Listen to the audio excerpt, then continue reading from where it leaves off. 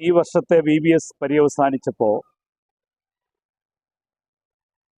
ഈ കാലയളവിൽ നമ്മുടെ തലമുറ നേരിടുന്ന ഏറ്റവും വലിയ വെല്ലുവിളിയായ ലഹരി, അത് പല രൂപത്തിൽ മദ്യമായും മയക്കുമരുന്നായും ഈവൻ മൊബൈൽ അഡിക്ഷനായും ഉൾപ്പെടെ അതിങ്ങനെ സമൂഹത്തിൽ പടരുമ്പോൾ അതിനെന്താണ് ഒരു പ്രതിവിധി എന്ന് അന്വേഷിച്ച് പോയത്.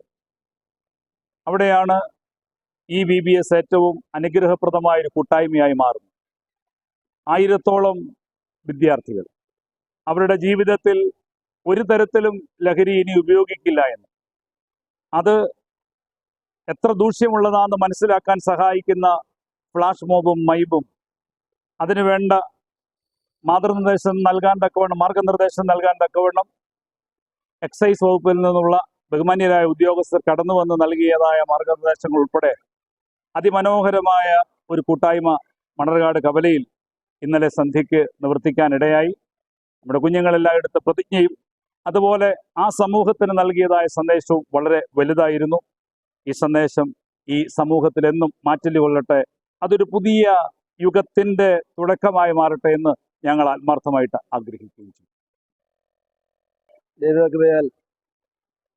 2025 VBS അതിൻ്റെ സമാപനം കുറിക്കുകയാണ്.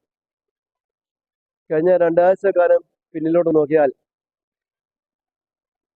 ഈ മണ്ണാട് വിശുദ്ധ മർത്തോമാ യാക്കോബായ സൂര്യാനക്കത്തിൻ്റെ ഇടവയിലെ 16 സബ് സ്കൂളും സമീപ പ്രദേശങ്ങളിലായ കുട്ടികളും ചേർന്ന 1000-ഓളം കുട്ടികളെ ആനന്ദ ക്രിസ്തുവിൽ കണ്ടെത്തുവാനുള്ള വഴി പരിശീലിപ്പിക്കുന്ന ഒരു പരിശീലന കളരിയായിരുന്നു ഈ VBS. മുൻകാലങ്ങളെ അപേക്ഷിച്ച് വ്യത്യസ്തത കൈവരുത്താൻ സാധിച്ചു എന്ന് വലിയ അഭിമാനമാണ്. സ്നേഹവിരുന്ന് പഴയ നാടൻ ഭക്ഷണ വിഭവങ്ങളിലേക്ക് കടന്നുപോയി. കപ്പയും കാച്ചിക്കയും ചേനയും നസ്രാണി വിഭവങ്ങൾ വീട്ടിൽ നിന്ന് ഉണ്ടാക്കിയത് കളക്ട് ചെയ്തുമൊക്കെ കുട്ടികളേറെ കൃത്യമായ നിലയിൽ ആ ഭക്ഷണം ആസ്വദിച്ചു. അവരേറെ സന്തോഷപൂരിതരായി തീർന്നു.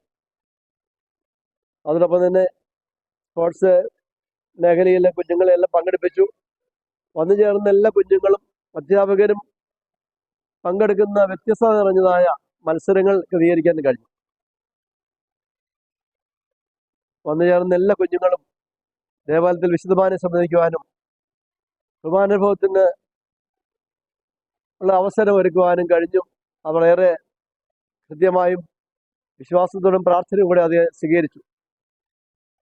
നോമ്പുകാലമായാൽ ദേവാലയത്തിൽ നടക്കുന്ന ഉച്ച നമസ്കാരത്തിൽ അവരെ സംബന്ധിപ്പിക്കാൻ കഴിഞ്ഞു.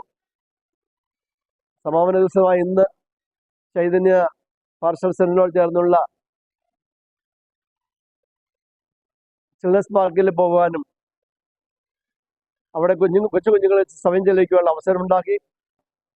മനോഹരമായ കയ്യെഴുത്ത് മാസികയിൽ കൂടി അവരുടെ ആശയങ്ങൾ പങ്കുവെച്ചുമൊക്കെ ഏറെ അത് അനുഗ്രഹമാക്കി തീർത്തു എന്നതിലും ഏറെ സന്തോഷമുണ്ട്.